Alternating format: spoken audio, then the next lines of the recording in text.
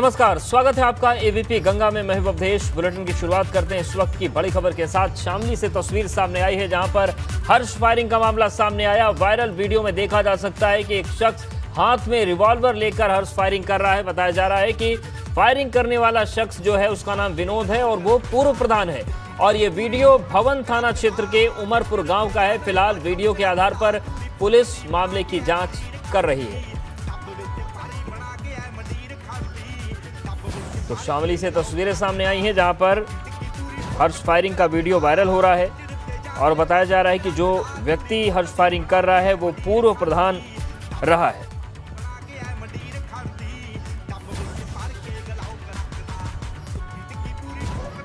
तो पुलिस मामले की जांच कर रही है। ये वीडियो पुलिस के पास भी पहुंच गया है और जांच शुरू हो गई। भदोही जिले के नेशनल हाईवे 19 पर एक बड़ा सड़क हादसा हो गया। तेज रफ्तार ट्रक ने सड़क किनारे खड़े कंटेनर में टक्कर मार दी। इस हादसे में ट्रक के चालक और खलासी की मौके पर ही दर्दनाक मौत हो गई। तो वहीं दूसरी तस्वीर सोनभद्र से सामने आई है जहां पर बाइक सवार की दो ट्रकों के बीच फंसकर पति पत्नी और बच्चे की मौत हो गई। तीसरी तस्वीर पीलीभीत से आई है जहां पर गुंगचाई कल्याणपुर गांव में कार की टक्कर से 4 वर्षीय मासूम की इलाज के दौरान मौत हो गई और मासूम की मौत के बाद मासूम के परिजन और कार सवार के बीच जमकर संघर्ष हो गया। मारपीट के बाद दोनों पक्षों के 12 नामजद सहित 20 अज्ञात लोगों पर पुलिस ने एफआईआर दर्ज किया है। तो सड़क हादसों के लिहाज से काला दिन रहा। उत्तर प्रदेश में भ्रष्टाचार को लेकर जीरो टॉलरेंस की नीति होने के बावजूद तमाम जगहों से रिश्वतखोरी का मामला सामने आ ही जाता है। ये अलग अलग जगहों की तस्वीरें हैं। पहली तस्वीर बस्ती के है जहां पर हरैया तहसील में तैनात एक लेखपाल का 5,000 रुपए घूस लेते वीडियो सोशल मीडिया पर वायरल हुआ है। मामला छावनी कस्बे से जुड़ा है। फिलहाल लेखपाल को निलंबित कर दिया गया है। दूसरी तस्वीर गोरखपुर की है जहां पर एंटी करप्शन की टीम ने हेड क्लर्क द्वारकाधीश को 7,000 रुपए रिश्वत लेते रंगे हाथों गिरफ्तार कर उसके खिलाफ केस दर्ज कर दिया। मामला बांसगांव तहसील का है।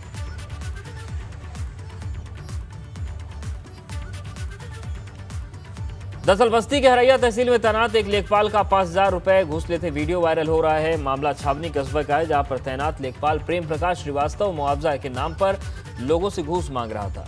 यहां नेशनल हाईवे पर एनएचएआई की ओर से ओवरब्रिज बनाया जा रहा है जिसकी जद में अगल बगल के दुकानदारों के मकान भी आ रहे हैं जिसका मुआवजा दिलाने के नाम पर लेखपाल घूस मांग रहा है। वीडियो वायरल होने के बाद लेखपाल को तत्काल प्रभाव से निलंबित कर दिया गया है। अभी ऐसे संज्ञान में आया है कि लेखपाल साहब का कुछ इस तरह का ऑडियो और वीडियो वायरल हो रहा है। उसके संदर्भ में तहसीलदार साहब को जांच रखाई नहीं कर रहे हैं और उनके खिलाफ जो है विभागीय कार्रवाई अगर ये सब पाया जाता है की जाएगी। और यूपी विधानसभा चुनाव में बमुश्किल 5 महीने का वक्त बचा। ऐसे में सभी सियासी पार्टियों ने अपना दम दिखाना शुरू कर दिया है। लेकिन किसकी कैसी है तैयारी और कौन है किस पर भारी, ये जानने के लिए देखते हैं विजय तिलक, क्योंकि यूपी उत्तराखंड में चुनाव मतलब एबीपी गंगा।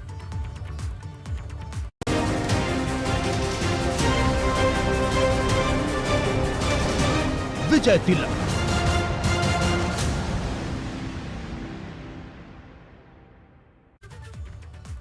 जीवन जीने को लेकर मुख्यमंत्री योगी आदित्यनाथ और सपा अध्यक्ष अखिलेश यादव में ट्विटर वॉर छिड़ गया है। दोनों नेता एक दूसरे के खिलाफ बिना नाम लिए वार पलटवार कर रहे हैं। ये दोनों नेताओं के अलग अलग ट्वीट हैं। पहला ट्वीट जिसमें सीएम योगी ने ट्वीट में लिखा कि हम जीवन में कितने दिन जी रहे हैं ये महत्वपूर्ण नहीं है, हमने कैसा जीवन जिया ये महत्वपूर्ण होता है। दूसरा ट्वीट अखिलेश यादव का आ गया। सीएम योगी के इस ट्वीट के करीब 1.5 घंटे के बाद अखिलेश यादव ने ट्वीट करके जवाब दिया। अखिलेश ने लिखा, महत्वपूर्ण ये नहीं है कि हमने कैसा जीवन जिया, महत्वपूर्ण ये है कि हमारी वजह से लोगों ने कैसा जीवन जिया। भाजपा के लोगों ने जीना दूभर कर दिया है। अब तो भाजपाइयों के प्रवचन तक अच्छे नहीं लगते, उनके दिए गए वचन की तो क्या बात करें।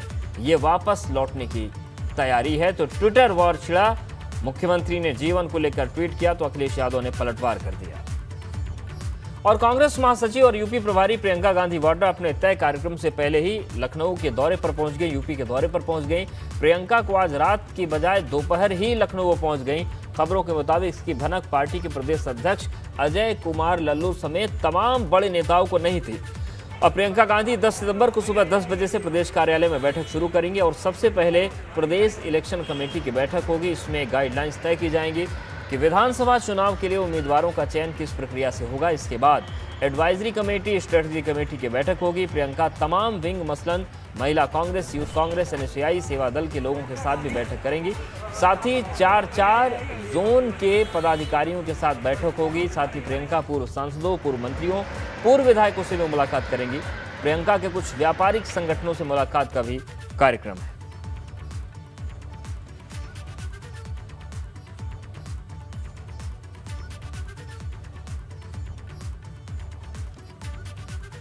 इसमें जो महत्वपूर्ण बात है वो जो पीसी की बैठक होगी, जिसके बाद जो प्रदेश इलेक्शन कमेटी है हमारी, उसकी पहली बैठक होगी और इसके बाद ही चुनाव में जो प्रत्याशी होंगे, जो उम्मीदवार होंगे, कैंडिडेट्स होंगे, उनको किस तरह से उनको चुनने की जो प्रक्रिया होती है वो पीएसी मीटिंग से ही शुरू होती है। तो सबसे पहले तो कल उसकी शुरुआत है, पहली बैठक होगी और उसमें सारे नाम लिए जाएंगे, क्योंकि वो एक डिस्ट्रिक्ट से आते हैं नाम, फिर प्रदेश कांग्रेस कमेटी में आते हैं, एक लंबी प्रक्रिया। तो पहली बैठक कल है, वो सबसे महत्वपूर्ण है। उसके अलावा जो हमारी स्ट्रैटेजी कमेटी है और हमारे जो वरिष्ठ लोग हैं, एडवाइजरी कमेटी है, इन सब की बैठक कल है। तो प्रियंका गांधी आज अचानक समय से पहले लखनऊ पहुंच गई थी, लेकिन इससे पहले उत्तर प्रदेश भाजपा के प्रदेश अध्यक्ष स्वतंत्र देव सिंह ने प्रियंका गांधी के लखनऊ दौरे को लेकर उन पर बड़ा हमला बोला। स्वतंत्र देव ने ट्वीट करके लिखा कि प्रियंका वाड्रा जी आज फिर से पिकनिक मनाने के लिए लखनऊ पधार रही हैं। प्रियंका गांधी 2 दिन के दौरे पर यूपी आ रही हैं, क्या कहना? ये लोग केवल अब ड्रामा करने आ गए हैं। ये लोग केवल अब ड्रामा करने आ गए हैं। ये लोग केवल अब ड्रामा करने आ गए हैं। यूपी में होने वाले 2022 विधानसभा चुनाव में सभी पार्टियों का फोकस ब्राह्मणों को साधने में दिख रहा है। यही वजह है कि सपा बसपा के बाद अब आम आदमी पार्टी भी ब्राह्मण वोट बटोरने के लिए चाणक्य विचार सम्मेलन का आगाज करने जा रही है। इसकी जानकारी आम आदमी पार्टी सांसद और यूपी प्रभारी संजय सिंह ने दी है। 1 अक्टूबर से यूपी में आम आदमी पार्टी प्रदेश भर में चाणक्य विचार सम्मेलन करेगी। इसका आगाज रिटायर्ड आईएएस हरिशंकर पांडे करेंगे। इसके साथ ही आम आदमी पार्टी 14 सितंबर को अयोध्या में हजारों कार्यकर्ताओं के साथ तिरंगा यात्रा भी निकालेगी। इसमें सांसद संजय सिंह और दिल्ली के डिप्टी सीएम मनीष सिसोदिया पहुंचेंगे। दोनों नेता रामलला और हनुमानगढ़ी में दर्शन पूजन करेंगे। पूरे उत्तर प्रदेश के अंदर आम आदमी पार्टी श्री हरिशंकर पांडे जी के नेतृत्व में चाणक्य विचार सम्मेलन का आयोजन करेगी। 3 अक्टूबर से लखनऊ में इसकी शुरुआत होगी। उसके बाद वाराणसी, प्रयागराज, मेरठ, गाजियाबाद, कानपुर, गोरखपुर, उत्तर प्रदेश के तमाम बड़े शहरों में, आगरा, चाणक्य विचार सम्मेलन का आयोजन किया जाएगा। भारतीय जनता पार्टी उत्तर प्रदेश में ब्राह्मणों को एकत्रित करने के लिए प्रबुद्ध सम्मेलन आयोजित करने की बात कर रही है। जो पार्टी सत्ता में रह के ब्राह्मण समाज का उत्पीड़न करती है, फर्जी इनकाउंटर कराती है, खुशी दुबे को जेल में रखकर सड़ाने का काम करती है, वो पार्टी आज ब्राह्मणों की हित की बात कर रही है। यूपी में विधानसभा चुनाव के पहले स्थानीय राजनीतिक पार्टियों के साथ ही प्रवासी पार्टियां भी सियासी जमीन तलाश रही हैं। एआईएमआईएम अध्यक्ष असदुद्दीन ओवैसी पिछले 3 दिनों से अलग अलग जिलों का दौरा कर वंचित और शोषित समाज के सम्मेलनों में हिस्सा लेते नजर आए। आज ओवैसी बाराबंकी में थे, जहां पर उन्होंने सम्मेलन के मंच से एक बार फिर मुसलमानों की वकालत की और कहा कि आज तक मुसलमान केवल राजनीतिक पार्टियों के हाथों की कठपुतली बना रहा। इसमें उन्होंने भाजपा को मुसलमानों का सबसे बड़ा दुश्मन बताया और देश और प्रदेश में हुए सांप्रदायिक दंगों की याद दिलाई। ओवैसी ने अपने 3 दिवसीय अयोध्या के दौरे अयोध्या, सुल्तानपुर और बाराबंकी में वंचित शोषित समाज के सम्मेलन किए। ये तीनों जिले अल्पसंख्यक बाहुल्य सीटें मानी जाती हैं। दरअसल ओवैसी यूपी दौरे पर खुद को मुसलमानों का नेता बनाना चाहते हैं, जिसके लिए उन्होंने पिछले कार्यक्रम में कहा था कि जिस समाज का नेता नहीं होता उसकी आवाज नहीं सुनी जाती। तो मैं खव्वाल पार्टी कहता हूं। ये खव्वाल पार्टी अपना हारमोनियम, गिटार, तबला लेकर आओ राग में बोलते हैं ओवैसी मुसलमानों के वोट को ले लेगा। क्या मोदी वोट को नहीं ले रहे हैं? क्या योगी हिंदू वोट को नहीं ले रहे हैं? क्या समाजवादी पार्टी हिंदू वोट को नहीं ले रहे? समाजवादी से पूछेंगे तो बोलेंगे हम यादव वोट को लेते हैं। तो यादव क्या मुसलमान है या हिंदू है? और वहीं मुख्तार अंसारी को बड़ा झटका लग सकता है। बताया जा रहा है कि बसपा मुख्तार अंसारी से किनारा करते हुए इस बार विधानसभा टिकट नहीं देगी। सूत्रों की माने तो कुछ दिनों के अंदर बसपा मुख्तार को पार्टी से निकाल भी सकती है। बसपा छवि सुधारने के लिए ऐसा फैसला ले सकती है। आपको बता दें कि मुख्तार अंसारी के बड़े भाई शेख अब्दुल्ला अभी हाल ही में सपा में शामिल हुए हैं। और हाथरस की बहुचर्चित हाथरस बिटिया कांड में आज जिला अदालत में सुनवाई हुई। इस दौरान वादी पक्ष की ओर से बिटिया के भाई की गवाही पर बचाव पक्ष के वकीलों ने जिरह की। अब इस मामले में अगली सुनवाई 23 सितंबर को होगी। वादी की ओर से वकील सीमा कुशवाहा शामिल हुई।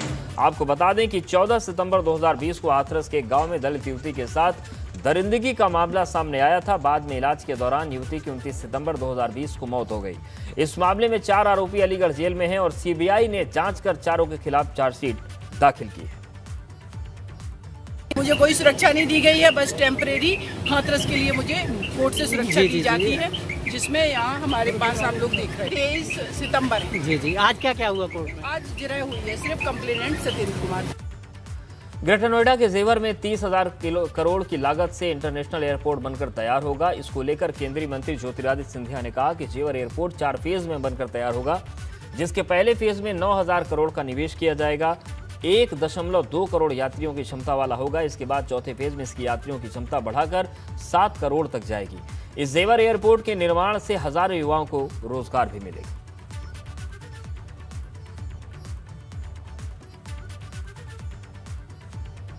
तो 4 फेज में निर्माण होगा एयरपोर्ट का। 30,000 करोड़ की लागत से एयरपोर्ट बनाया जाएगा। एक नया केंद्र उत्तर प्रदेश में बनने जा रहा है जेवर में। महत्वाकांक्षी योजना बहुत है, केवल उत्तर प्रदेश के लिए नहीं, मैं मानता हूं संपूर्ण भारतवर्ष के लिए। और जेवर एयरपोर्ट कुल मिलाकर 30,000 करोड़ रुपए का प्रोजेक्ट रहेगा। फेज 1 में 9,000 करोड़ रुपए के निवेश के आधार पर 1.2 करोड़ यात्री प्रति वर्ष की क्षमता जेवर की एयरपोर्ट में रहेगी और फेज 4 तक 7 करोड़ की क्षमता अकेले जेवर एयरपोर्ट की बनने जा रही है। आगरा विकास प्राधिकरण जिले में कई आवास योजनाएं बना रहा है, जिससे ताजनगरी फेज 1, ताजनगरी फेज 2, कालिंदी विहार शामिल है, जिसमें कई लोग अवैध तरीके से कब्जा जमा रहे हैं, जबकि प्लॉट और फ्लैट के असली हकदार दर दर भटकने को मजबूर हैं। एक जानकारी के मुताबिक करीब 500 फ्लैटों पर अवैध कब्जेदारों ने कब्जा कर लिया है। तो लगातार मिल रही शिकायतों को देखते हुए जैसे पार्किंग के अंदर कुछ लोगों ने अपने भवन बना लिए हैं। दूसरा अभी शास्त्रीपुरम के अंदर भी चल रहा है कि वहाँ पे काफ़ी भवनों के ऊपर कब्जे कर रखे हैं। तो कुछ भवन हमने खाली भी कराए हैं और अभी सत्यापन का काम चल रहा है। सत्यापन के बाद आज ही मैंने गरिमा को कहा है और इसीलिए टीम बैठी भी है। वो वसूली भी करेंगे जिन्होंने अभी तक धन नहीं दिया है, प्लॉट खरीद लिए हैं, 20-30 सालों से वो लोग बैठे हैं। और दूसरा जिन्होंने इलीगली इंक्रोच किया है उनको हम पहले रिक्वेस्ट करेंगे, नोटिस भी जारी करेंगे, अदरवाइज हम पुलिस फोर्स के माध्यम से वहाँ खाली कराने का प्रयास करेंगे। वाराणसी के काशी विश्वनाथ मंदिर ज्ञानवापी मस्जिद जमीन विवाद मामले में इलाहाबाद हाईकोर्ट ने वाराणसी जिला कोर्ट के आदेश पर रोक लगाते हुए ज्ञानवापी मस्जिद की जमीन की एएसआई से खुदाई कराकर सर्वेक्षण के आदेश पर रोक लगा दी है। हाईकोर्ट ने अगले आदेश तक सर्वे पर रोक लगाई है। हाईकोर्ट ने सभी पक्षों से 2 हफ्ते में नए सिरे से जवाब दाखिल करने को कहा है। वहीं हाईकोर्ट के इस फैसले के बाद मुस्लिम पक्षकारों को फिलहाल राहत मिली है। आपको बता दें कि 8 अप्रैल 2021 को वाराणसी के सीनियर डिविजनल सिविल जज ने एएसआई से ज्ञानवापी परिसर के सर्वेक्षण का आदेश दिया था, जिसके बाद मुस्लिम पक्षकारों ने सिविल जज के इस आदेश को इलाहाबाद हाईकोर्ट में चुनौती दी थी। इस मामले में ज्ञानवापी मस्जिद इंतजामिया कमेटी और यूपी सुन्नी सेंट्रल वक्फ बोर्ड ने याचिका दाखिल की थी। तरह से आशुतोष तिवारी जी जो जज थे civil division fast track court के, वो उन्होंने अपनी न्यायप्रियता नहीं दिखाई।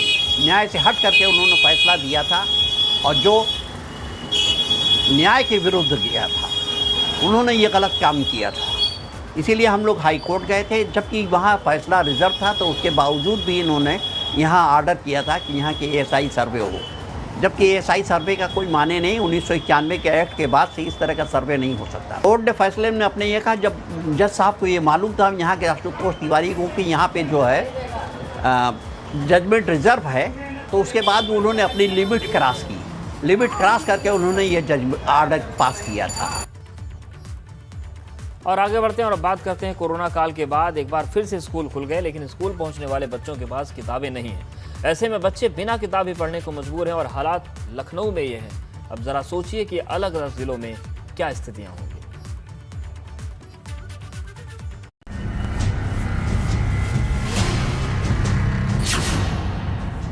स्कूल पहुंचे बच्चे बिना किताब, कैसे पूरा होगा आगे बढ़ने का ख्वाब। कोरोना काल में स्कूल के दरवाजे बंद थे, लेकिन अब जब स्कूल खुल गए हैं तो बच्चे पढ़ने के लिए स्कूल पहुंच रहे हैं, लेकिन बिना किताब, क्योंकि अभी तक बच्चों को किताबें नहीं दी गई हैं। हम इस समय कैबिनेटगंज प्राइमरी स्कूल में मौजूद है और यहाँ के हालात भी बाकी स्कूलों जैसे ही देखने को मिल रहे हैं। यहाँ पर भी हमने देखा कि बच्चों के पास किताबें अब तक नहीं है। दावे थे कि बच्चों को जब स्कूल बंद चल रहे थे तभी किताबें बांट दी गई, लेकिन यहाँ तो स्कूल खुलने के बाद भी बच्चों तक किताबें नहीं पहुँची हैं। ये हालात राजधानी लखनऊ के अलग अलग स्कूलों में देखने को मिल रहे हैं, जहाँ बच्चों के पास किताबें नहीं हैं और जिन बच्चों के हाथों में किताबें हैं वो पुरानी है। ये नई बुक आपको मिली है कोई? नहीं, पुरानी। किससे लिया आपने? मैम से। अच्छा, और अभी नई कोई बुक नहीं मिली या कुछ बुक्स मिली? अभी नहीं मिली। इसके साथ ही एक स्कूल में हालात तो ऐसे हैं जहां किताबें न होने की वजह से पुरानी किताबों से बच्चे पढ़ रहे हैं, तो वहीं एक साथ एक बेंच पर दो बच्चे बैठे हैं। सर जी, अभी मुझे बुक्स नहीं मिली हुई हैं। जो बच्चे पढ़ते थे हमारे बड़े क्लास के, उन लोगों से हमने बुक ली है, इसलिए हम लोग पढ़ाई करते हैं। अच्छा, तो जब इतने दिन से स्कूल आ रहे हो, जब तक घर में थे, जब स्कूल बंद थे, तब कैसे पढ़ते थे? फिर हम लोग पढ़ाई नहीं करते थे। जो हमारे क्लास में सब बड़े बच्चे थे, जो पढ़ते थे उन्हीं से पूछते थे, क्योंकि हमारे पास फ़ोन नहीं था, ऑनलाइन नहीं कर सकते थे। ऐसे में सवाल उठता है कि आखिर नए सत्र की शुरुआत बिना किसी तैयारी की कैसे हो गई? जब किताबें ही नहीं होंगी तो बच्चे क्या पढ़ेंगे? और ये सवाल इसलिए भी लाजमी हो जाता है क्योंकि प्राइमरी स्कूल में पढ़ने वाले बच्चों की किताबों के लिए भारी भरकम बजट जारी होता है। यूपी में बेसिक शिक्षा परिषद के करीब 1,59,000 स्कूल हैं। स्कूलों में करीब 1 करोड़ 65 लाख स्टूडेंट्स पढ़ते हैं। किताबों के लिए करीब 250 करोड़ रुपए का बजट जारी होता है। इतने भारी भरकम बजट होने के बावजूद भी बच्चों को किताबें नसीब नहीं होती। वहीं जिम्मेदार अधिकारियों का कहना है कि किताबों की सप्लाई कराई जा रही है और जल्द ही सभी स्कूलों तक किताबें होंगी। जनपद में जितनी किताबें प्राप्त होनी थी वो सारी किताबें प्राप्त हो गई हैं। सभी किताबों का सत्यापन होना था, सत्यापन का काम हम लोगों ने पूरा करा लिया है। बहुत तेज़ी से किताबें स्कूलों में पहुंचाई जा रही हैं। अधिकतर स्कूलों में किताबें पहुंच गई हैं, कुछ ही स्कूलों में शेष रह गई हैं। एक हफ्ते के अंदर हम लोग सारी किताबें सभी स्कूलों में पहुंचा देंगे। जल्दी किताबें पहुंचने का दावा किया जा रहा है, लेकिन ये हालात सीएम आवास से सिर्फ 1 किलोमीटर दूर बने स्कूल के ही हैं, जहां अभी तक किताबें नहीं पहुंची। ऐसे में सूबे के अलग अलग जिलों की तस्वीर क्या होगी, खुद ही अंदाजा लगा सकते हैं। अभी भी तमाम ऐसे स्कूल हैं जहां पर बच्चों तक किताबें नहीं पहुंच पाई हैं और बच्चे या तो पुरानी किताबों से या फिर बिना किताब के ही पढ़ने के लिए मजबूर हैं। कैमरा सहयोगी जितेंद्र के साथ शैलेश अरोरा, एबीपी गंगा, लखनऊ। प्रधानमंत्री नरेंद्र मोदी ने पैरालंपिक खिलाड़ियों से मुलाकात कर उनका उत्साहवर्धन किया। उन खिलाड़ियों में नोएडा के जिलाधिकारी और पैरालंपिक में सिल्वर मेडल जीतने वाले सुहास एलवाई भी शामिल थे। प्रधानमंत्री से मुलाकात करने के बाद एबीपी गंगा संवाददाता बलराम पांडा ने सुहास एलवाई से खास बातचीत। इसके प्रधानमंत्री नरेंद्र मोदी ने आज सभी पैरा ओलंपिक खिलाड़ियों से मुलाकात की, उनका उत्साहवर्धन किया और उन खिलाड़ियों की लिस्ट में नोएडा के डीएम सुहास एलवाई भी शामिल थे, क्योंकि उन्होंने भी देश के लिए सिल्वर मेडल जीता है। हमारे साथ इस वक्त सुहास एलवाई जी खुद मौजूद हैं। सर, किस तरीके की मुलाकात रही है प्रधानमंत्री जी से और इस मुलाकात को आप किस नज़र से देखते हैं? बहुत अच्छी रही है मुलाकात और आज मुलाकात में आदरणीय प्रधानमंत्री जी को एक रैकेट हमने खुद ऑटोग्राफ किया और उनको देने का एक शुभ अवसर प्राप्त हुआ। तो आपने देखा हमारे साथ सुहास एलवाई जी थे, जिन्होंने पैरा ओलंपिक में सिल्वर मेडल जीता है और जिस तरीके से आज उन्होंने प्रधानमंत्री जी से मुलाकात की, वो मुलाकात उनके लिए यादगार है और उनका कहना है कि प्रधानमंत्री जी की प्रेरणा उन्हें जीवन भर आगे बढ़ने की प्रेरणा देता रहेगा। नोएडा से वीडियो जर्नलिस्ट बीरपाल सिंह के साथ बलराम पांडे, एबीपी गंगा। ब्रेक के बाद आपका स्वागत है। कोरोना संक्रमण के बाद अब डेंगू का कहर जारी। वहीं यूपी के कानपुर नगर विष्णु थाने में 5 पुलिसकर्मियों को डेंगू होने से हड़कंप मच गया। अब यहां पर जांच में 61 लोगों में डेंगू की पुष्टि हो चुकी है। लेकिन डेंगू का डंक कानपुर वासियों को घेरता ही जा रहा है। तो वहीं गोंडा में भी डेंगू का डंक जारी है। गोंडा में डेंगू के 3 केस मिले हैं, जिनका केजीएम में इलाज चल रहा है। इसको लेकर गोंडा का स्वास्थ्य विभाग एक्टिव मोड पर है। तीसरी तस्वीर उत्तराखंड के देहरादून की है, जहां पर सचिवालय प्रशासन की बड़ी लापरवाही सामने आई है। यहां पर स्वास्थ्य विभाग की टीम निरीक्षण करने पहुंची तो सचिवालय में लगे कूलर में डेंगू का लार्वा पाया गया। वहीं जिला नोडल अधिकारी ने सचिवालय में लगे कूलर से पानी निकालने के निर्देश दिए हैं। तो डेंगू उत्तर प्रदेश और उत्तराखंड में कहर बन गया है।